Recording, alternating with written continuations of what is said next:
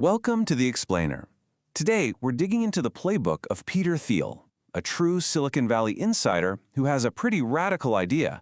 Just about everything you hear from the tech world is, well, an exaggeration.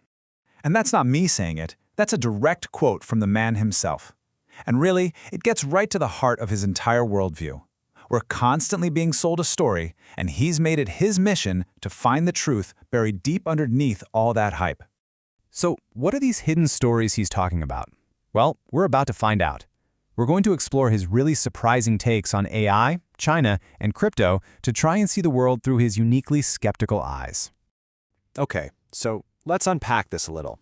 To really get where Thiel is coming from, you kind of have to understand his origins, right? Where does this contrarian view even come from? See, this isn't some random critic shouting from the sidelines. This guy was in the room. As a co-founder of PayPal, he was part of that legendary PayPal mafia, along with people like Elon Musk. His book, 0 to 1, is basically required reading for any startup. So he's a true insider who makes his biggest moves and his biggest money by betting against what everyone else is doing. All right, first up, AI. We are all hearing constantly about how it's going to change everything we do. But Thiel, he argues we're focused on the wrong threat entirely. This is the question on everyone's mind, isn't it? Is ChatGPT a threat to our jobs, to our education system? It definitely feels like a massive disruption is happening, and Thiel agrees, but not for the reasons you probably think. He's not downplaying it. In fact, he says this is a huge deal, on the same level as the debut of the very first iPhone back in 2007. It's a genuine technological revolution. But he wants us to look past the sci-fi fantasies of, a robot apocalypse. So while many of us are worried about Skynet or our jobs disappearing, Thiel sees something much more immediate, a full-blown corporate war. He argues that ChatGPT, which is backed by Microsoft, is the first real threat to Google's 2-decade-long monopoly on search. So for him, it's not about man versus machine, it's about Microsoft versus Google. And this is where it gets very, very real. This isn't some theoretical problem for the future. It's happening right now. Thiel points to the $150 billion hit to Google's market value as proof. That's the real story, a high-stakes corporate battle playing out in front of our eyes. Now, this whole look-behind-the-curtain approach extends to geopolitics, too. Thiel applies that same logic of competition to the rivalry between the US and China, but he says this is a completely different kind of game. A lot of people compare this rivalry to the Cold War. Thiel says that's a huge mistake. The Soviet Union was a military rival, sure, but with a pretty weak economy. China, on the other hand, is an economic powerhouse, a fast follower that's brilliant at copying and then scaling technology. It's a whole different kind of competitor. So, from his perspective, this competition isn't being fought with military might. The real battle is about influence. Thiel points to 3 key fronts for what he calls China's soft power infiltration: academia, Wall Street, and maybe the most surprising one, Hollywood.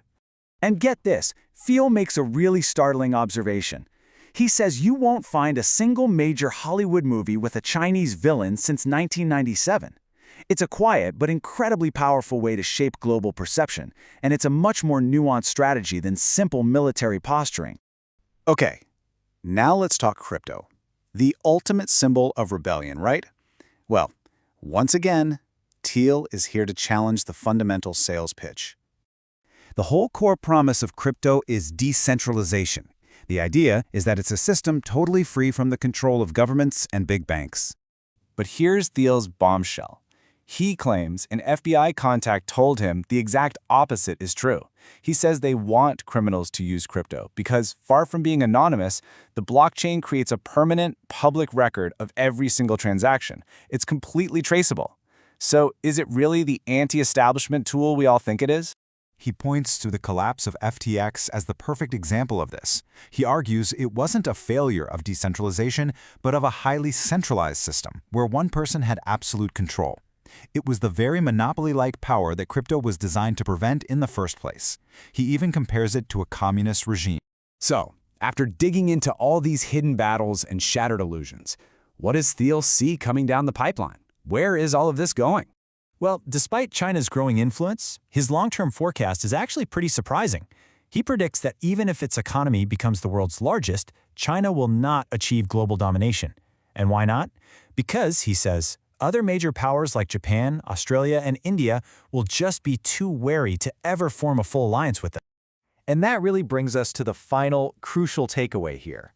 Look, whether you agree with him or not, Thiel's perspective forces us to question the narratives we're sold. It's a challenge to dig a little deeper and try to find the real story hiding behind the headlines. And that really leaves us with a question to think about. What hidden stories are we missing today?